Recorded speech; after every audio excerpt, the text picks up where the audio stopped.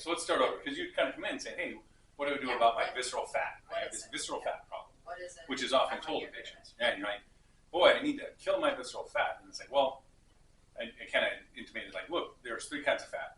You have yellow fat, which is packing material, right? So you could starve to death, and you will still have the yellow fat that's around your brain and around your kidneys, right? That doesn't go away.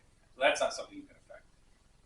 There's the white fat that is the outside of your abdominal wall, or like on the side, right? That's called white fat. It's energy storage, adipose tissue. However, in your abdomen, particularly, there's what we call visceral fat or brown fat. It's called brown fat because it's highly vascularized, so it has a lot of there's a lot of arteries and veins in it. So when they look at it on a slide, they go, "Geez, this looks brown." So they call it brown fat because of the hemoglobin and stuff in the blood and the vasculature.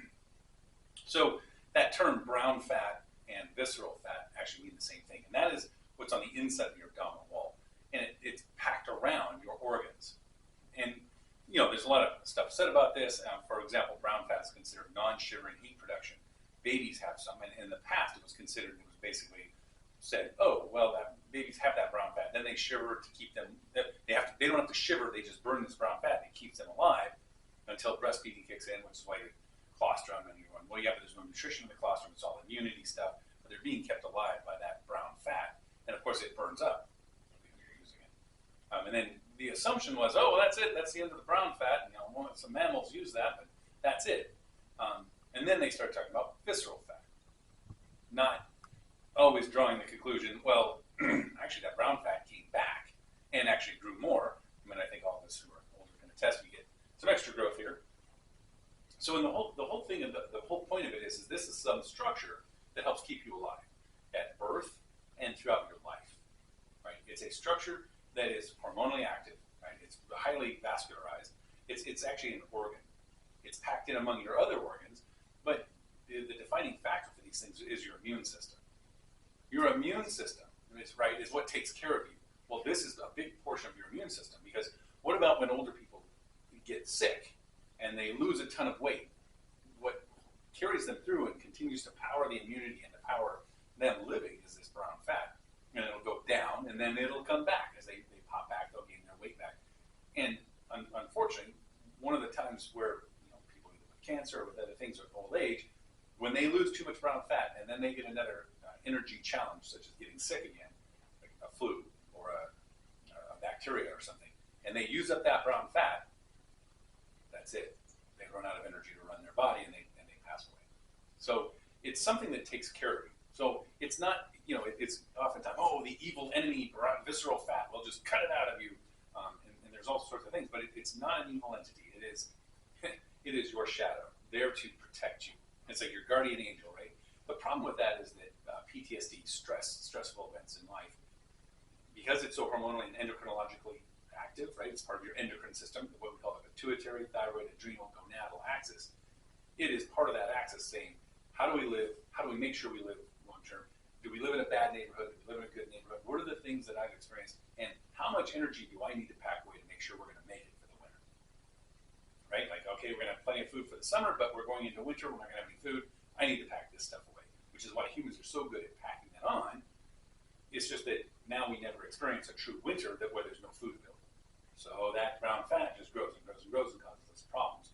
And again, like I said, PTSD or other things, traumatic events, highly charged emotional situations like taking care of elder parents, taking care of children, a divorce, buying a house, all these stressors actually activate that. And so it becomes one of those structures that's helping to keep us alive, but also causes us some problems, right? Because it's burning up energy and doing things in the short term that are actually not healthy for us in the long term.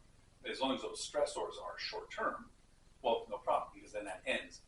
For example, elevated cortisol levels. One of the things that it'll work with that pituitary, adrenal, gonadal axis. Well, the adrenal is pushing out adrenaline, which then changes how it actually changes how your DNA is written and how you express proteins and how your immune system works. Right? You go into this short-term fight or flight, kill everything, don't take no hostages sort of thing. The problem is that at some point it's killing your pancreas, it's killing your joint, so that's where autoimmunity can come in. So the visceral fat can be a part of autoimmunity, weight gain, that like type 2 diabetes and some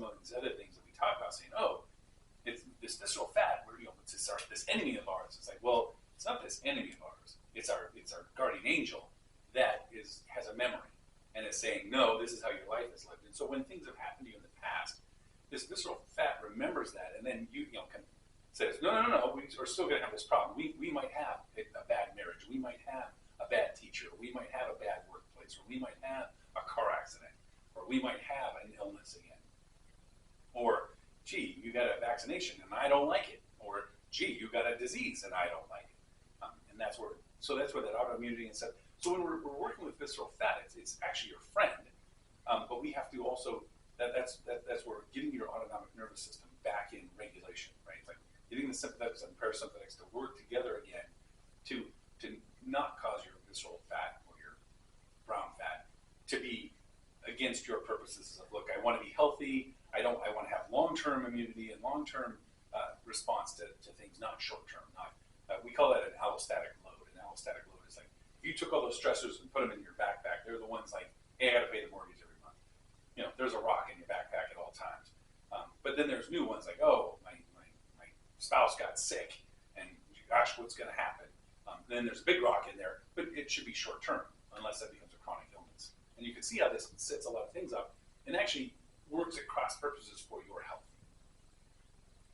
Are there things that you can do, like I'm thinking about meditation, or like, because it sounds like part of it is like calming things down and kind of reassuring that aspect of your body, like it's kind of taking your visceral fat and saying it's okay, like right. You don't have to be in this like fight, flight, vigilant mode all the time. But that's one of my questions, like how do you do that? Like I've been meditating for a long time. Sure. But here I am.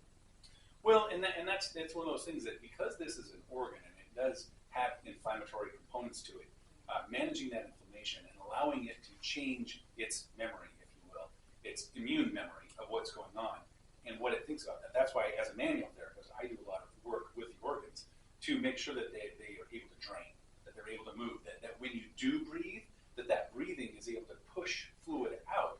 So then, and it's a changeover in fluid. You're supposed to have a changeover in fluid, but for example, people have a hepatitis, or they'll have a splenitis, they'll have an inflamed and chronically inflamed area, and that's where immunity. That's often where autoimmunity comes in. It starts degrading an area, going, hey, there's chronic inflammation here, and you're breaking down the proteins on the cells. I can't tell who's who. I'm just killing everybody. And so the breathing, like the box breathing, or the 4x4 breathing, or this or that, all these things are great and are helpful. So certainly there's a limbic system aspect, hypothalamus, pituitary, but also your limbic system and thalamus that are part of that. So you do have to do some of those other things, like a vagal stimulator, working on your abdomen, right? Eating right, but also finding those times, like for example, taking out time every day for yourself to say, I just need to find the time to laugh. Find something that makes you laugh. For some people, that's cartoons. For some people, that's grandkids or kittens on the internet or whatever that is. There you go. See, but you need to find that and then take that time, and that's part of the whole stopping and taking a break or doing a yoga type meditation or something like that. That's great if you can get your mind in that space. But if you can't, there are other tricks for it. I mean, and part of this aspect, we call it it's a stir event, right? It's when you get in the zone, so to speak. And stir stands for selflessness, timelessness, effortlessness, and richness of being. And people will find that some ways that people do that is surfing. Some ways that people do that is through art, like doing art, whether that's painting or something, or crosswords, but if you can find those stir moments, right, and find that what we call ecstasy, in the zone, whatever you want to call it, there's a lot of stuff on that. That's certainly part of it, and that's that nervous system part of it. But there's also an organic, visceral organ part of that we have to also work on the organ. So like laying on the 5-inch ball in those spots that really bother you, and doing your meditation and breathing at that point in time, and saying, can I integrate these multiple aspects of treatment to this to get my brown fat to come along with the rest of my organs, or my brown fat to come with my neural hormonal axis, that hypothalamus, pituitary, adrenal, gonadal axis. If